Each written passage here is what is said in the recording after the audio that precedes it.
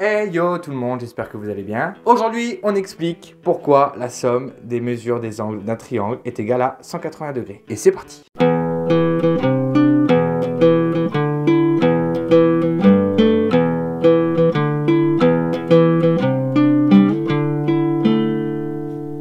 Vous allez voir, ça va être génial. On va faire des petites frises comme en primaire. Quoi? Vous faisiez pas ça vous? Mais si, là, les frises qu'on faisait à la fin de chaque chapitre, où on coloriait et tout, vous avez jamais fait? Oh là là. Ouais, c'est pas grave. Bon, pas de starter pack, juste du visuel. On regarde ici. On se donne un triangle, comme celui-ci. On va colorier ces trois angles de trois couleurs différentes. Le premier angle ici en rouge, le deuxième angle ici en vert et le troisième angle en bleu. Et on va le dupliquer, comme ceci. Et voilà, nous voilà avec 5 beaux petits triangles identiques. Que fait-on? Eh bien du coup, on va tout simplement les assembler, comme ceci, pour obtenir cette fameuse frise. Mais comme vous n'avez pas eu la même enfance que moi, malheureusement, vous ne pouvez pas en apprécier la beauté.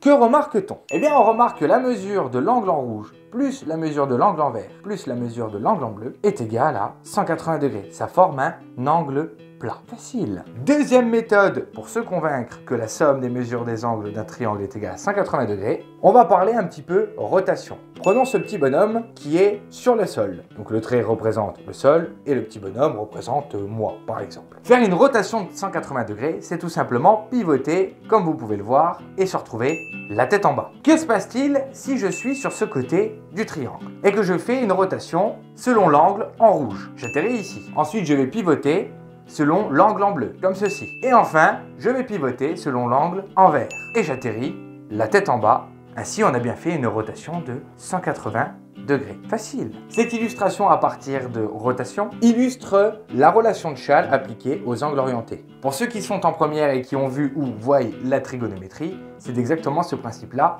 que l'on utilise. Et voilà, c'est tout pour aujourd'hui. J'espère que ça vous a aidé à comprendre cette notion de somme des angles d'un triangle. N'hésitez pas à lâcher vos commentaires, à vous abonner, à liker, partager, tout ça. Et je vous dis à très bientôt. Allez!